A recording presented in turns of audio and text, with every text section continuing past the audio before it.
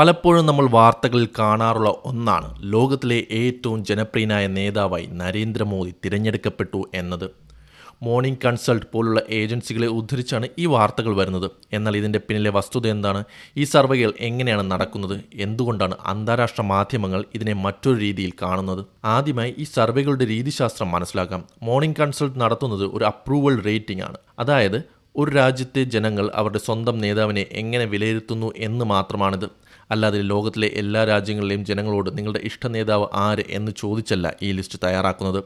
ഉദാഹരണത്തിൽ ഇന്ത്യയിലെ ഒരു ചെറിയ വിഭാഗം ആളുകൾ മോദിയെ പിന്തുണയ്ക്കുന്നുണ്ടെങ്കിൽ അത് അദ്ദേഹത്തിൻ്റെ സ്കോർ വർദ്ധിപ്പിക്കും. എന്നാൽ അമേരിക്കയിലോ യൂറോപ്പിലോ ഉള്ള ഒരാൾക്ക് മോദിയെക്കുറിച്ച് എന്താണ് അഭിപ്രായമെന്ന് ഈ സർവേ നോക്കുന്നില്ല. ചുരുക്കത്തിൽ ഇത് നേതാക്കൾ തമ്മിലുള്ള ഒരു ആഗോള മത്സരമല്ല, മറിച്ച് ഓരോ നേതാവിനും സ്വന്തം നാട്ടിലുള്ള റേറ്റിംഗ് മാത്രമാണ്. ഇവിടെയാണ് പ്രധാനപ്പെട്ട ഒരു പോയിന്റ് ഉള്ളത്. ഒരു ജനാധിപത്യ രാജ്യത്ത് ഭരണാധികാരിയുടെ ജനപ്രീതി പല ഘടകങ്ങൾ ആശ്രയിച്ചിരിക്കും. വികസിത രാജ്യങ്ങളായ അമേരിക്കയിലോ ബ്രിട്ടനിലോ ഉള്ള ജനങ്ങൾ അവരുടെ ഭരണാധികാരികളെ വളരെ കർശനമായാണ് വിലയിരുത്തുക. അവിടെ 40% റേറ്റിംഗ് കിട്ടുന്നത് വലിയ കാര്യമാണ്. എന്നാൽ ഇന്ത്യ പോലൊരു രാജ്യത്ത് വികാരങ്ങൾക്കും ദേശീയതയ്ക്കും വലിയ പ്രാധാന്യമുള്ളതുകൊണ്ട് ഭരണാധികാരികൾക്ക് ഉയർന്ന റേറ്റിംഗ് ലഭിക്കാൻ എളുപ്പമാണ്.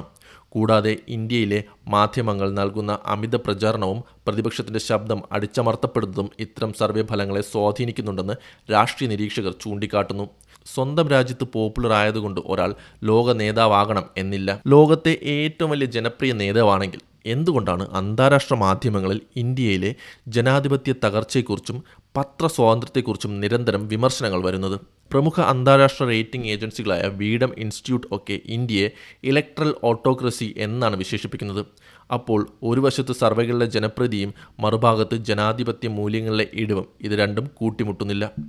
ചുരുക്കത്തിൽ ലോകത്തിലെ ഏറ്റവും വലിയ ജനപ്രിയ നേതാവ് എന്ന വിശേഷണം ഒരു പരിധിവരെ ഒരു PR തന്ത്രം മാത്രമാണ്. ഇന്ത്യക്കുള്ളിലെ ജനപ്രീതിയെ ആഗോള അംഗീകാരമായി തെറ്റായി വ്യാഖ്യാനിക്കുകയാണ് ഇവിടെ ചെയ്യുന്നത്. കണക്കുകൾ കാണുമ്പോൾ അതിൻ്റെ പിന്നിലെ വസ്തുതകൾ കൂടി നമ്മൾ തിരിച്ചറിയേണ്ടതുണ്ട്.